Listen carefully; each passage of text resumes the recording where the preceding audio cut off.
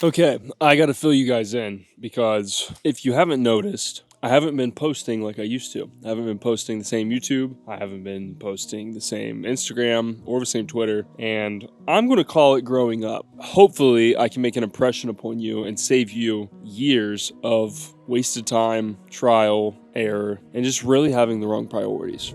I've really had I don't know what to call it. Do you call it a revelation? A change of heart? Basically, I started off my career in sales and then did so well that a lot of people asked me to help them just from posting my journey. So I started helping them. And so then we started training people. And then it morphed into this really big sales education company, Closer Cartel. We were training a lot of people. I want to say for the record, I'm very proud of what we've done. We've helped a lot of people. I think we made a massive impact, and I really do think we had among the best results and care for our students of anybody that's ever had like an education program like that. Somewhere along the way, and I never wanted to, and I never enjoyed this, to be honest. Like I don't particularly like making content in the first place. It's just a necessary part of online business. But somewhere along the way, I started to do things to just get eyeballs, not in a Logan Paul kind of way, but in a just not completely being myself, or maybe leaning into things that I knew were not what I wanted to necessarily lean into, but would be good for the business, or just things of that capacity.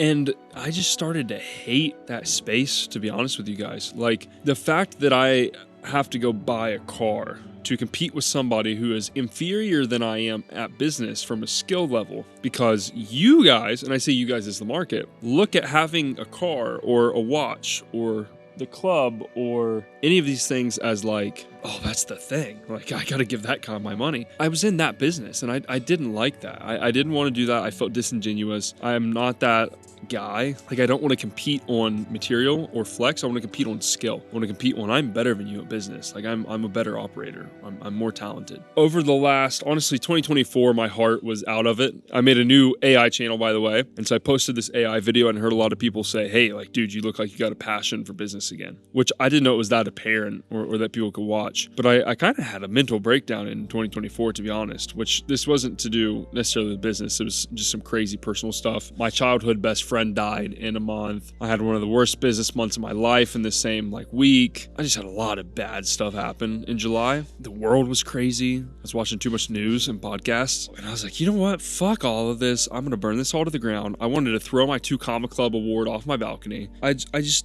didn't care. I wasn't proud of myself, not because I was like one of these kids scamming people, but I wasn't proud of myself because I think info is like easy mode. Like, dude, I made millions of dollars as a 21-year-old that had no idea what he was doing. Like, that's not fair disproportionately to other things. So I've spent the last year and a half looking at what is important, especially in business. Like, what do I want to do? Where do I want to go? Like, who do I see myself being? And I stumbled into software, like hardcore. I bought Closify a couple years ago, but I didn't know what I was doing. But now I'm running an AI startup called Kendo AI, train sales reps with AI at a multiple that you physically can't do manually, get much better data. It's really a no-brainer for any sales rep or any sales team that wants to get better at their skill, which obviously most businesses are sales-driven businesses. You get better at that, you make more money. It's a very no-brainer. Like, fuck, I've learned so much over the last 2 years, just like how to think, how to operate, what routine to keep yourself in. And guys, this isn't breath work, morning routine, journaling. It's none of that bullshit. It's just like the mental gymnastics you have to go through to run a business and be good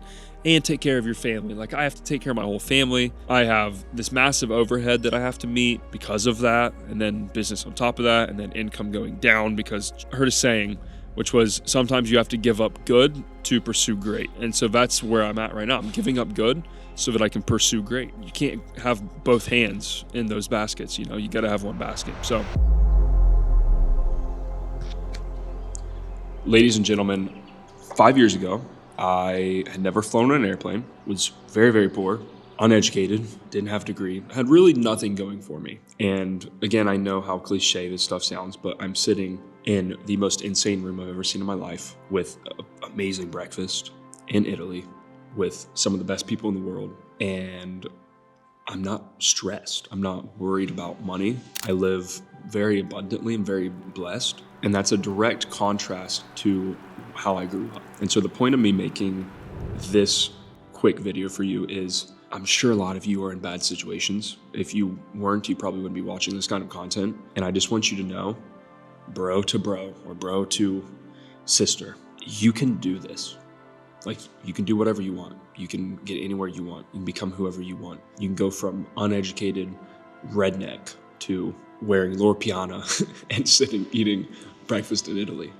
Like, it doesn't make sense. It shouldn't be like this. But that's the beauty of life.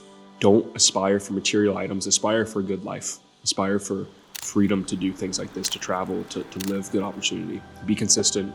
You have faith in God. This stuff happens.